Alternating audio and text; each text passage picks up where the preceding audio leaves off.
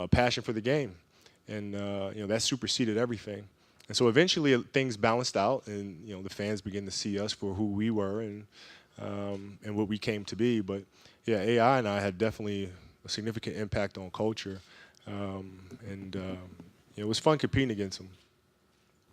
Kobe, you've obviously wanted to be the best player. What do you think about now when you hear the comparisons, Kobe, Michael, Kobe, LeBron, things like that? I don't. I don't. One thing about me is I'm only going to care about something that I know I can definitively win. If it's not something I can definitively win, I'm not going to pay attention to it. So if there's an argument that's happening, that argument is never going to go anywhere. Everybody's going to argue it till they're blue in the face. So why would I think about it? You know what I mean? If we're playing ping pong and I know I can beat you in ping pong, I'm going to beat you in ping pong. I'm going to think about that. That's a definitive thing. So I don't think about that much. Hey Kobe, everyone is talking about who was a better Kobe, number 8 or number 24. I really want your answer. Thank you. Well, it depends. It depends. If 8's playing 24 after he just ruptured his Achilles, then it's a problem for 24. You know what I mean? If 24 is playing as 8 when he tore his shoulder, and it's a problem for number 8. So it's just, I don't know, depends. Kobe, dos preguntas. La primera, ¿cómo es tu vida después del baloncesto? La segunda, ¿cómo estás viviendo esta noche? La vida ahora es muy linda porque estoy con familia cada día, escuela, mirando cómo juegan sports después de escuela y cenar con mi esposa, todas las cosas que antes que me retiro no podía hacer. Y esta noche soy a paz, porque estoy aquí con familia y tengo que hablar a vosotros, pero eso es una cosa que por una noche lo puedo hacer, ¿no? No, soy muy feliz, muy feliz. Kobe Anthony Gilbert, Hoop Magazine, NBA.com. My question for you is, when you talked about looking up at the numbers, the retired jerseys, you saw Wilt Chamberlain. And you're from Philadelphia, even though you pretty much grew up most of your life out here. What does a night like tonight to be the only player to have 2 jerseys retired, what does that mean to your hometown and to your family? Well, I mean, that's, the attitude that I play with, the temperament, the competitiveness, the trash talk, and all comes from there. I mean, that's summer spending long days at Tustin and playing across from Overbrook where Wilt Chamberlain did his thing, you know what I mean? So it all comes from there. So I'm really happy to be representing that at that level, and to have 2 Philly boys with their jerseys hanging up there is pretty awesome. Pretty awesome. I should be getting free water ice every time I come down there, by the way. Word.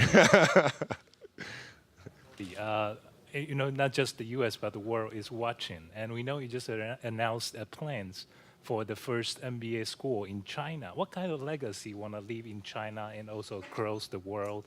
And also, I'm curious, do you still sometimes wake up at 4 o'clock in the morning? Well, I wake up at 4 every morning. It's just I don't know. I don't know.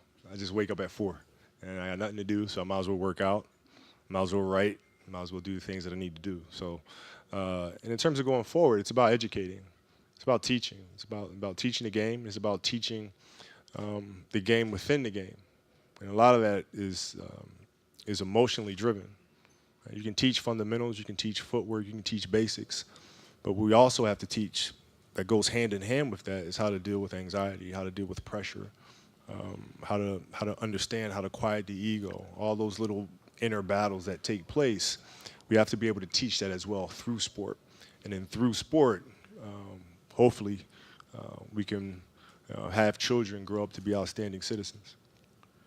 Andy? Close enough.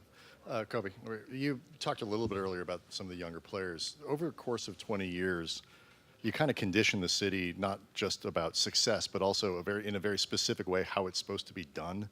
What challenge do you think following you creates for whoever it might be coming next to kind of fill that role? Well, I mean, it's a challenge, but isn't that what we're here for? You know what I mean? I don't think it's something that needs to be viewed from a broad lens. I think it's your job to do that. I think it's the fans' job to do that. But for players, you know, for Kuz, for Lonzo, for Ingram, for the guys, they just look at it day by day.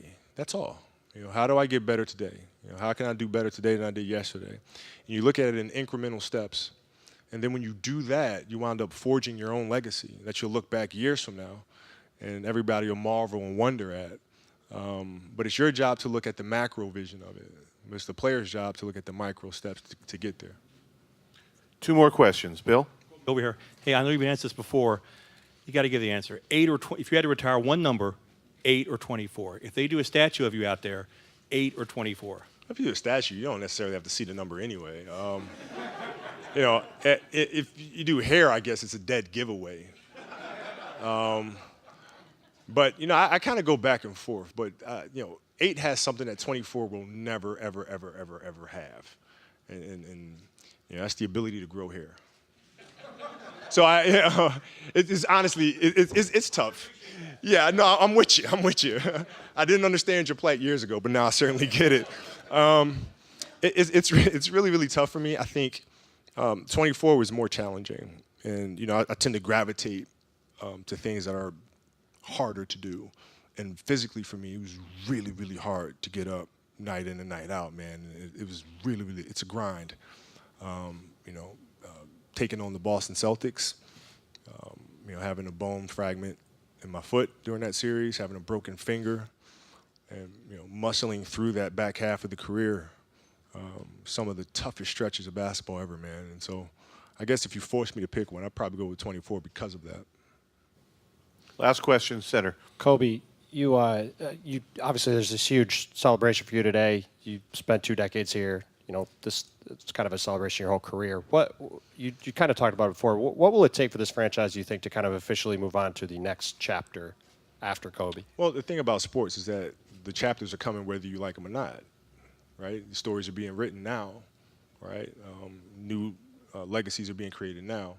And I think for the players that are here now, like I said earlier, it's just to focus on the micro stuff, the day-to-day stuff. That's it, man. That's it. You just work on your game, right? The little details of it. How do you get better? Studying film. And then as time goes on, you'll look back at this beautiful thing that they've created, right? But in the moment it's creating, you don't know. Like, you know, if you guys 15 years ago, you say Kobe Bryant would be sitting here giving advice to younger players in the NBA, you guys would be like, get the fuck, are you kidding me? This guy?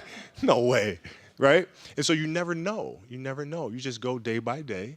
You appreciate each day as it comes, and that's what these players will do. And years from now, the fans will look up and say, man, they built the dynasty again. So. All right, thank you, everybody. Thank you. Appreciate it. So Kobe Bryant, the same time roughly that Iverson came in, but you came at basketball from very different places, but the impact was similar. And I wonder if you've thought about the impact that you and he had in that kind of post-Jordan, pre-LeBron era where the game was really kind of floundering and needed somebody to kind of show the way. Yeah, well, I remember when we came in, I mean, we were the draft that was, you know, full of a bunch of misfits. Like, this is everything that is wrong with the game. You know what I mean? One, Iverson, he does not fit the mold. He is not marketable, this whole thing. And then you got a kid that you need to burp before every practice because he's so young. You know, so we were kind of the misfits of it all. But inside of us,